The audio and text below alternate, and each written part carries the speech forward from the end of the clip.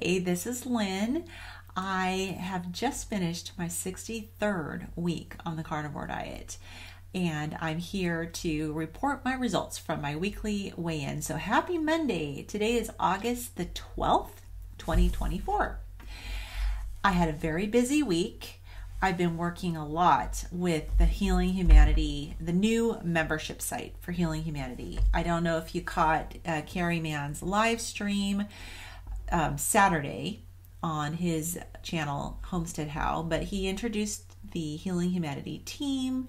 We talked about the new membership site. I think we may have, at the time of this recording, maybe 8 options now for joining our beta test group.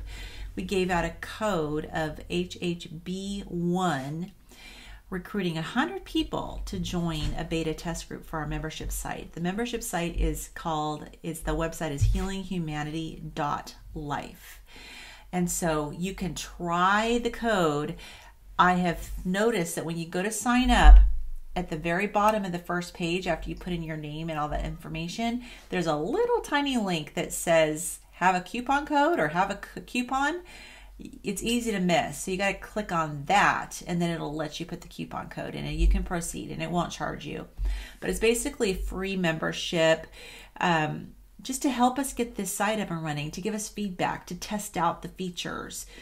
It's still in development, so there's going to be things coming over the next 30 days while the testing is in process for you to check out. So feel free to try the code. If it does not work, it means that the last 8 people have used it. Also, I had an opportunity on this stream to show everybody the book that Amy Hosp and I made. So I'll grab it here. Hold on. I think I've showed this on my channel before, but this is the children's book called Superhuman Power Foods for Humanity. We have turned beef, bacon, butter, and eggs into superheroes. And this is a comic book. It's got comics, which I think, yeah, there it is. It's like got a comic book. It's a coloring book. It's got activity pages. It has a whole bunch of stuff for kids. And it's to introduce kids to the concept of beef, bacon, butter, and eggs as super foods that can make them strong and healthy.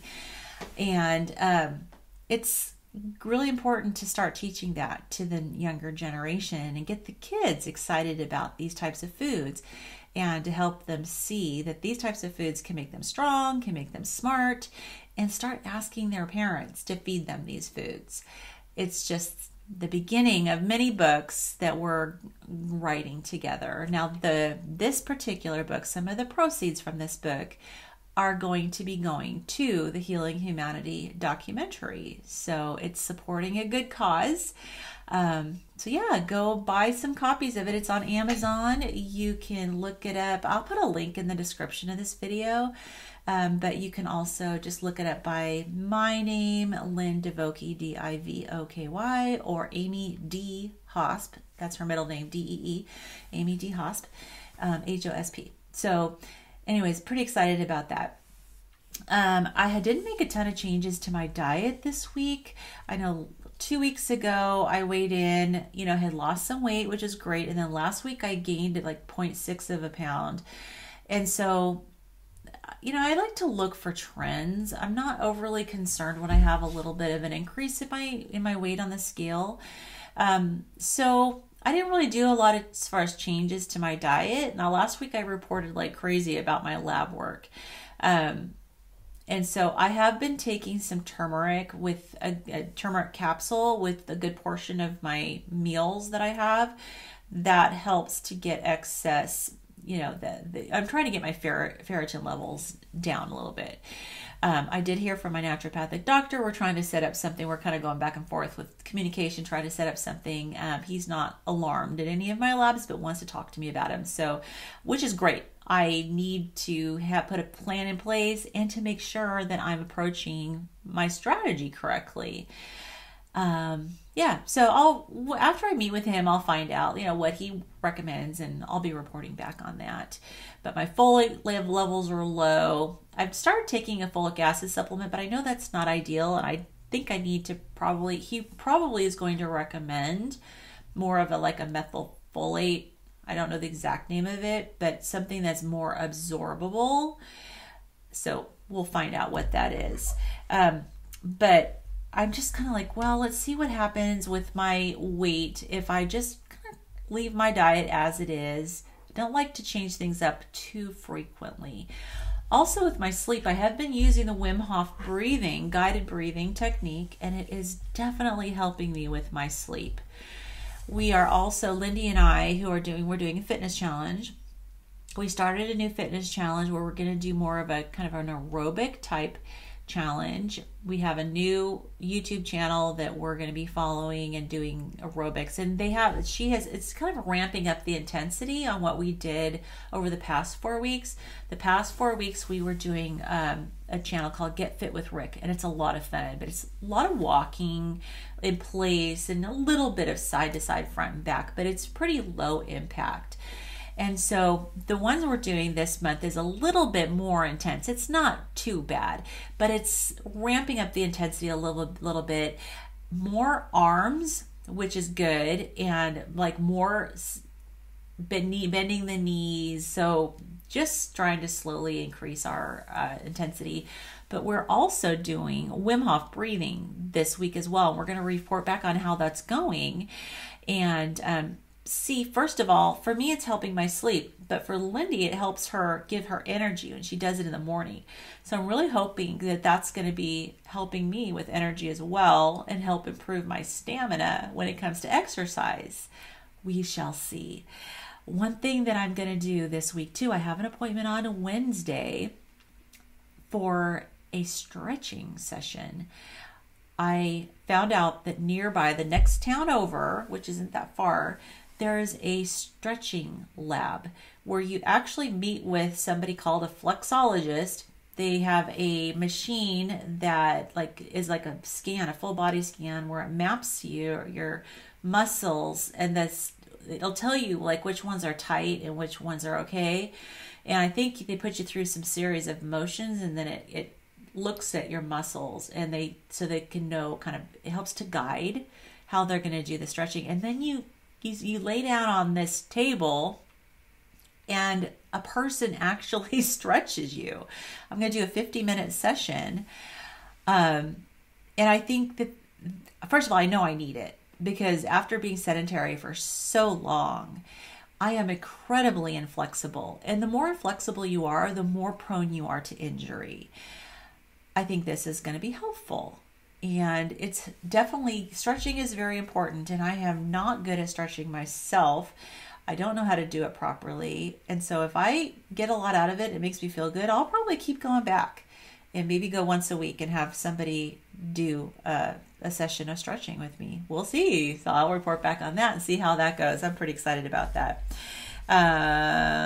Let's see. Okay, so let's get on to my results. I'm going to try not to make this super long this time.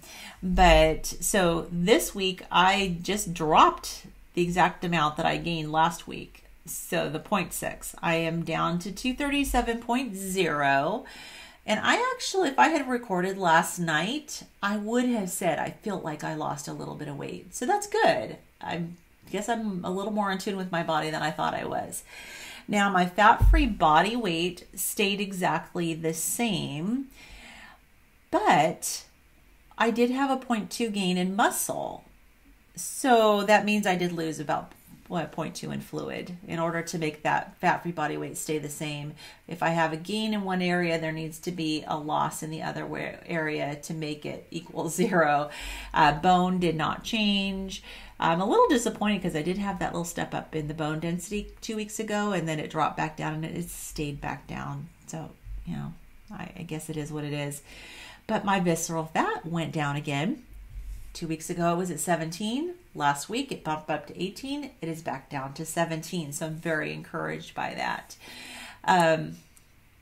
So I think I'm happy. Like I said, didn't really do anything to change my diet, and I'm doing fine. And we'll just kind of watch and see if I end up having another decent drop. I think it was the 250s where it seemed like it took me forever to get through the 250s into the 240s. And then the 240s felt like they went by pretty fast.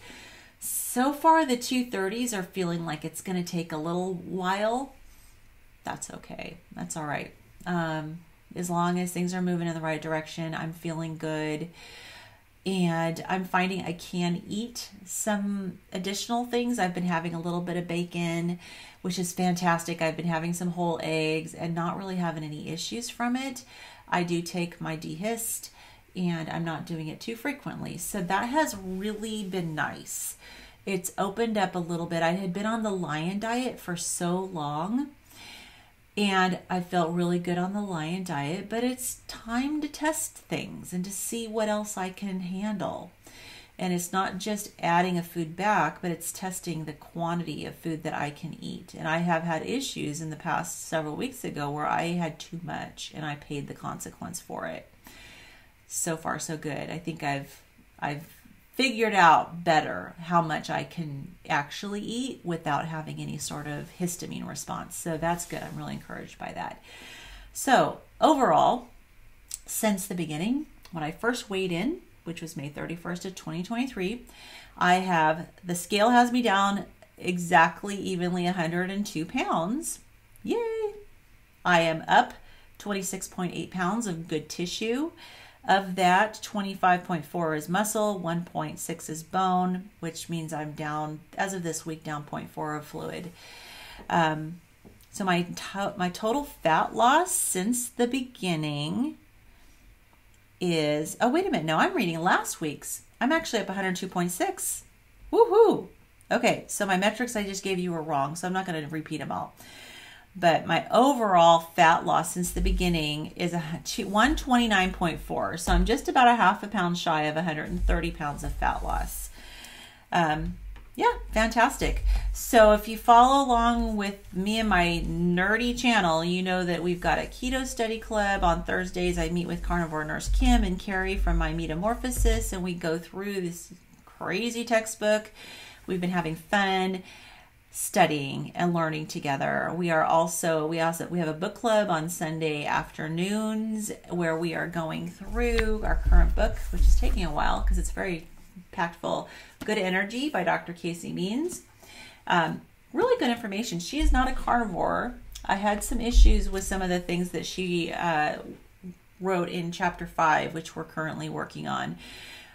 But she's very much into low carb, and she has a lot of knowledge about cellular metabolism. So it's been good, and we've been enjoying it. But we are pushing back on some of the things she says, because our experience is different in some areas than what she's describing. Like, she's describing the benefits of broccoli, and when I look at things like cruciferous vegetables, I'm not into the approach of, well, let's break it down. And this was the problem I had with this chapter, a part of this chapter that we read. She talked about breaking food down into its components and looking at the components and what's, healthy about the individual components.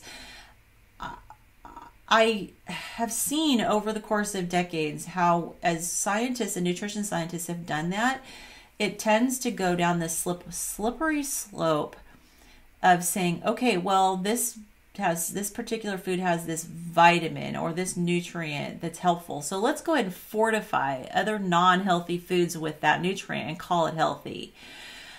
And it also ignores anti-nutrients, and it also doesn't really look at the synergistic way that the nutrients work together in the food, just by isolating it and pulling it out and looking at it individually as a little component of the food.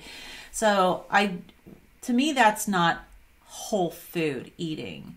And Dr. Means does talk about and promote whole food eating. And so I don't understand the recommendation to really focus down on those types of micronutrients. I don't think it's bad to be aware of them and to know about them. And maybe I'm reading her wrong, but I would much rather look at the food as a whole and look look to find the foods that are going to provide the nutrients without the anti-nutrients, and that are going to provide the nutrients in the combination that will provide us that synergistic benefit of those nutrients working together. So for me, animal products have been the solution.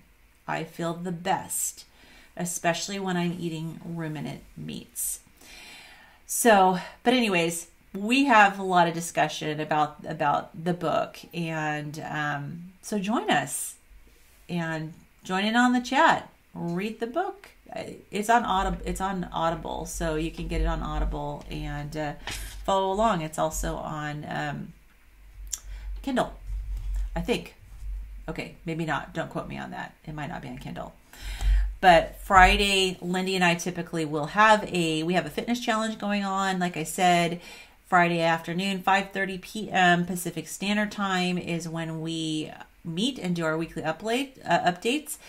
She is not going to be able to join this week because of a family emergency. And so I have a surprise special guest that's going to be joining in. And so please show up on Friday. This guest is a wonderful person. She is a over 50 woman, and she is like my goal for fitness. She knows fitness. So I'm super excited to have her on. So please join us on Friday. Alrighty, that's going to be it for today. I hope you all have an absolutely wonderful week. Please check out the New Healing Humanity website, membership site. And if the code is no longer available, consider joining anyways. It's awesome. We are going to be building it, making it better and better and better, and having more and more offerings. So join in, support a good cause. Your membership fee is going to go towards the Healing Humanity documentary as well. All right, that's it for today. Have a wonderful day. Bye-bye.